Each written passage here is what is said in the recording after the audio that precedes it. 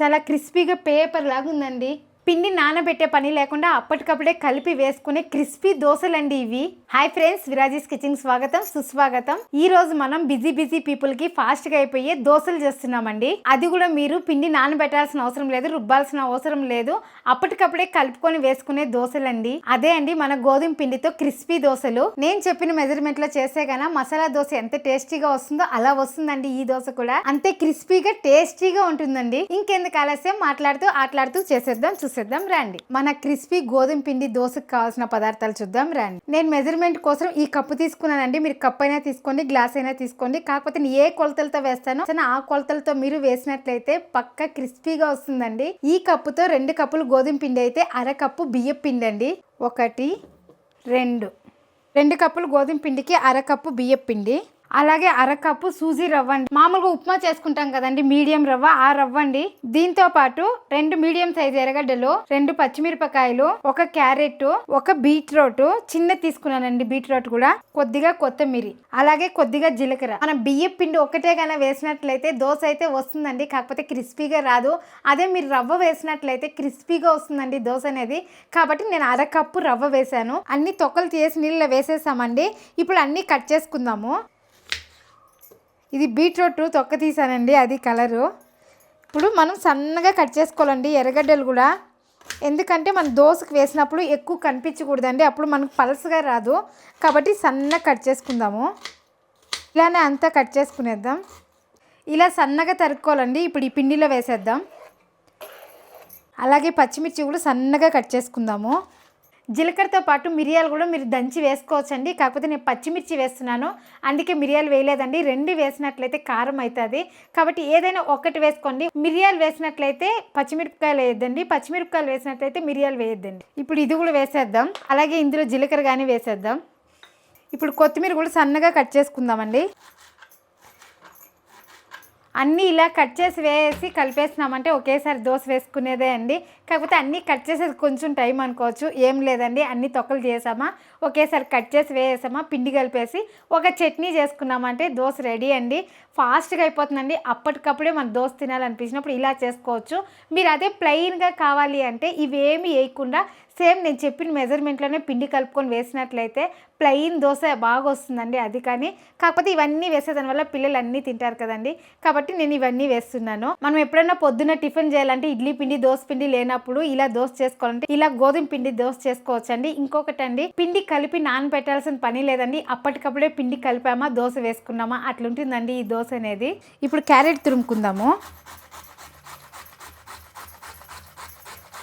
Carrot cut చేసి వేస్తే బాగోదండి, ఇలా తురిమేస్తేనే అంతా మిక్స్ అవుతుంది. అలాగే దోశకి బాగుంటుందండి, కాబట్టి ఇట్లా తురుముకోండి. అలాగే బీట్రూట్ కూడా తురుముకుందామండి. చాలామంది బీట్రూట్ వేయరండి, కాకపోతే బీట్రూట్ వేసినట్లయితే కొంచెం తీయగా ఉంటుంది కదా, టేస్ట్ అయితే చాలా బాగుంటుందండి. అలాగే బీట్రూట్ తినని వాళ్ళు కూడా ఇలా వేసి చేసామంటే దోశతో పాటు తినేస్తారండి. అన్ని కూరగాయలు తినాలండి, అప్పుడే ఆరోగ్యం బాగుంటుంది. ఇంకొకటి అండి, ఈ బీట్రూట్ని రొట్టికి వేసినట్లయితే ఇంకా బాగా వస్తుందండి, రొట్టి కూడా టేస్ట్గా ఉంటుంది. కాకపోతే ఆ రోజు నేను వేయలేదండి. మీకు దొరికినట్లయితే ఇంట్లో ఉన్నట్లయితే బీట్రూట్ వేసుకోండి, చాలా బాగుంటుంది. ఇప్పుడు ఇది కూడా ఇందులో వేసేద్దామండి. ఇప్పుడు ఇందులో రుచికి సరిపోయినంత సాల్ట్ వేద్దాం. ఇప్పుడు దీన్ని ఎలా కలుపుకోవాలంటే మన రవ్వ దోశకి పలసగా కలుపుతాం కదండి, అలా కలుపుకోవాలండి. మామూలు దోశకి కలుపుతాం కదా, అలా అయితే కలపకూడదండి, ఇంకా పలసగా కలుపుకోవాలి. మీకు ఎలా కలుపుకోవాలనేది కూడా కలిపి చూపిస్తాను రండి. ఇప్పుడు దీన్ని ఒకసారి మిక్స్ చేసుకుందాం. ఇందులో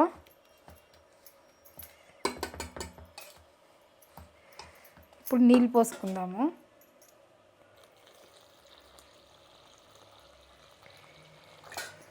నీళ్ళు కొంచెం ఎక్కువే పోసుకోవాలండి. మనకు గట్టిగా ఉంటే కూడా మళ్ళీ పలసగా కలిపేకి కొంచెం టైం పడుతుంది. ఇంకా నీళ్ళు పోసుకోవాలి.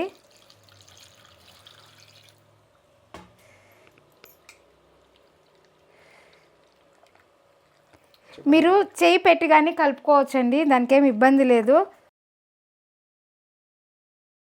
చెప్పాను కదండి మన రవ్వ దోశ ఎంత పలసగా కలుపుకుంటామో అలా కలుపుకోవాలనేసి, కాబట్టి అందుకే నేను నీళ్ళు వేస్తూనే ఉన్నాను. ఇంకా కొన్ని వేద్దాం. మీరు ఇలా పొద్దున్న చేసి పెట్టేసి కొంచెం ఫ్రిడ్జ్లో పెట్టేసిపోయినట్లయితే కూడా నైట్ ఆఫీస్ని ఇంకా వస్తేనే మీరు దోశలు వేసుకోవచ్చండి, చాలా బాగా వస్తుంది. ఎక్కడ ఉండలు లేకుండా కలుపుకోవాలండి. చూడండి ఇలా ఉంటే మనం మామూలు దోశ పోస్తాం కదా ఆ మెజర్మెంట్లో ఉందండి. ఇప్పుడైతే ఇంకా మనకి పల్స్గా ఉండాలండి, కాబట్టి ఇంకా నీళ్ళు వేస్తున్నాను.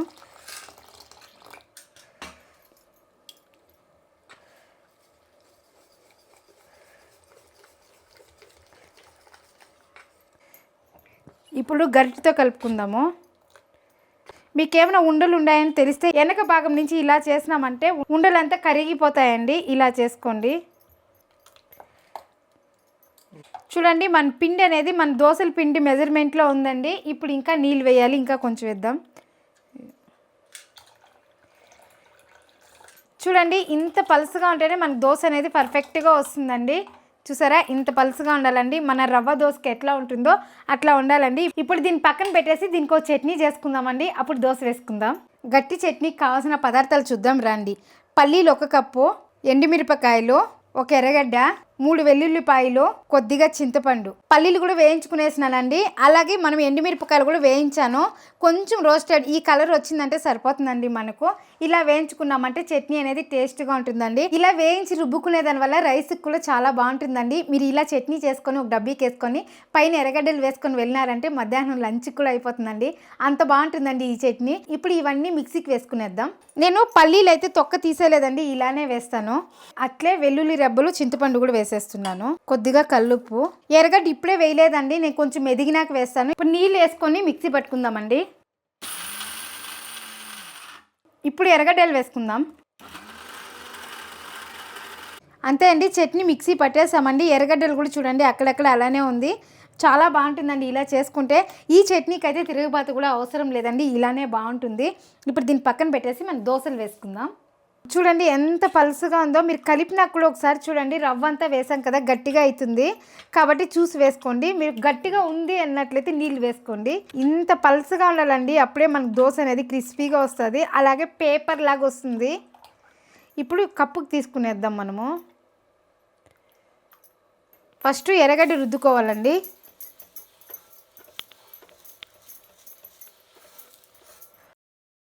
మనకి ఏ సైజు కావాలో ఆ సైజు వేసుకుందాం.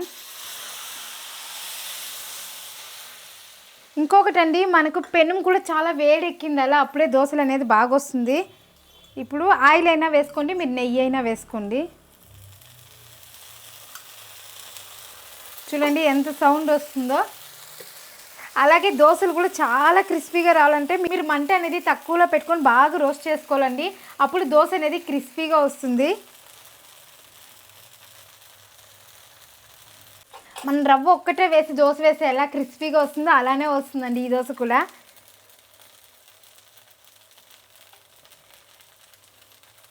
ఈ దోశని ఒక సైడే కాల్చుకుంటామండి, కాబట్టి బాగా కాలినాక తీసుకోవాలండి. అలానే తీసినట్లయితే మెత్తగా అయిపోతుందండి తినేటప్పుడు. మనం క్రిస్పీగా కావాలంటే బాగా కాల్చుకుంటేనే క్రిస్పీగా వస్తుంది. మీకు సౌండ్ అనేది వస్తుందండి వేసిన తర్వాత. అదే మనకి బాగా కాలింది అంటే సౌండ్ అంతా ఆగిపోతుందండి, అప్పుడు మనం దోశ తీసుకోవాలి. చూడండి కలర్ కూడా చేంజ్ అయింది కదా, ఇలా వచ్చిందంటే మనం దోశ తీసుకునేస్తాము. ఇంకా నేను గరిటె పెట్టలేదండి. చూడండి పైకి ఇలా వచ్చింది. మనం ఒక సైడ్ని ఇంకా ఇలా తీసుకోవాలండి. చూసారా పేపర్ లాగా వచ్చేస్తుంది. చూడండి మన క్రిస్పీ గోధుమ పిండి దోశ రెడీ. చూడ్డానికి కలర్ఫుల్గా భలే ఉంది కదండి. అలాగే పిల్లలు ఇష్టంగా తింటారు, టేస్ట్ కూడా సూపర్గా ఉంటుందండి. అలాగే ఇంకా ఒక దోశ వేసుకుందాం. ఇంకొకటండి, ఇలా దోశ వేస్తూ ఉండాలి, అక్కడ తింటూ ఉండాలండి, అప్పుడే ఈ దోశలు బాగుంటుంది. మీరు వేసి పెట్టేసి కొంతసేపు అయినాక తింటే బాగోదండి.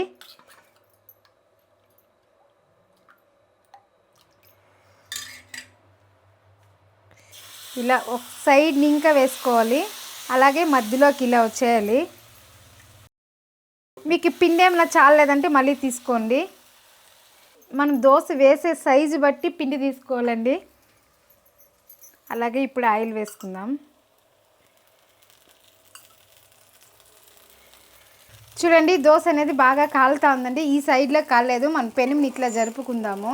మీరు పెద్ద దోశ వేసుకున్నప్పుడు కాలదండి మనం, ఎందుకంటే స్టవ్ చిన్నదిగా ఉంటుంది కదా, కాలదండి. అప్పుడు మనం పెనం ఇలా అడ్జస్ట్ చేసుకున్నామంటే సైడ్లో కూడా బాగా కాలుతుందండి. మనది పెనం అయితే చాలా పెద్దదండి, కాబట్టి నేనైతే అప్పుడప్పుడు అట్లా అడ్జస్ట్ చేస్తూ ఉంటాను. ఎందుకంటే ఒక పక్క కాలి ఒక పక్క కాలకపోతే కానీ పిల్లలకి కడుపు నొప్పి వచ్చే ఛాన్స్ ఉందండి, గోధుమ పిండి కదా. కాబట్టి ఇట్లా అడ్జస్ట్ చేసుకుంటూ కాల్చుకోవాలి. ఇప్పుడు దోశ కాలింది, తీసేద్దాం.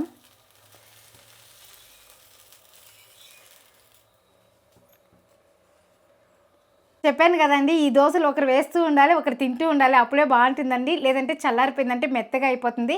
ఇప్పుడైతే మామకి పాపకి ఇచ్చేద్దామండి. చూడండి, ప్రతిసారి వేసేటప్పుడు మనం కలుపుకోవాలండి. ఎందుకంటే పైన నీళ్ళే ఉంటుంది, కిందంటే పిండి ఉంటుందండి. కాబట్టి కలుపుకొనే తీసుకోండి. ఇలా మీరు కప్పుకి తీసుకున్నట్లయితే ఈజీ అవుతుందండి గట్టి కన్నా.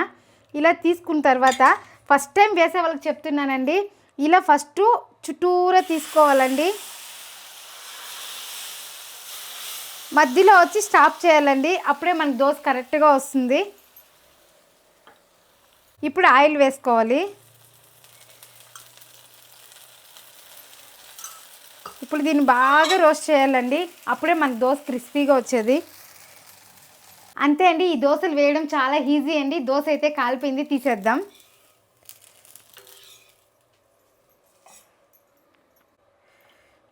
ప్రతిసారి అంతే అండి, కలుపుకొని పిండి తీసుకోవాలి. మీరు ఇట్లా కలుపుకొని తీసుకుంటేనే మనకు అంతా మిక్స్ అయ్యి వస్తుంది.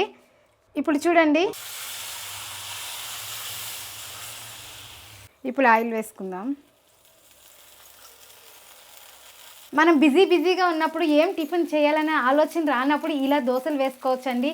చాలా ఫాస్ట్గానే అయిపోతుంది, అలాగే పిల్లలు కూడా ఇష్టంగా తింటారండి. కాకపోతే ఈ దోశలు మధ్యాహ్నం లంచ్ బాక్స్కి అయితే బాగోదండి, మెత్తగా అయిపోతుంది. మనం పొద్దున్న అలానే వేసుకొని తినేట్లుంటే చాలా బాగుంటుందండి, క్రిస్పీగా. కాబట్టి పొద్దున్న టిఫిన్కి, నైట్ డిన్నర్కి ప్లాన్ చేసుకోండి. అంతే అండి, ఈజీగా మన దోశలు వచ్చినట్లే వస్తాయండి. చూసారా, చాలా క్రిస్పీగా పేపర్ లాగా ఉందండి. చూడండి ఎంత క్రిస్పీగా ఉందో, చూసారా సౌండ్ ఎంత బాగా వస్తుందో. అంతే అండి, నేను చెప్పిన మెజర్మెంట్లో చేస్తే కానీ ఇక్కడ ఎలా వచ్చిందో అక్కడ మన ఇంట్లో కూడా అలానే వస్తుందండి. చుట్టూరా ఒకసారి వేసుకొని మధ్యలో వేసుకోవాలి. ఇప్పుడు ఈ దోశలు అనేది ఇలానే వేసుకుంటామండి. ఇలా గ్యాపులుగా వస్తేనే క్రిస్పీగా వస్తుందండి. గ్యాపులు లేకుండా వచ్చినట్లయితే మెత్తగా అయిపోతుంది. మీరు ఈ దోశలు ఇలానే ట్రై చేయండి. ఎలా వచ్చిందో ఒక చిన్న కామెంట్ చేయండి. ప్రతి కామెంట్కి నేను రిప్లై ఇస్తానండి. అంతే అండి, ఈ పిండి అప్పటికప్పుడే కలుపుకొని 15 నిమిషాల దోశలు వేసేయడమే, తినేయడమే. ఎంచక్క ఆఫీసులకు వెళ్ళే వాళ్ళకి ఫాస్ట్ బ్రేక్ఫాస్ట్ అండి ఇది.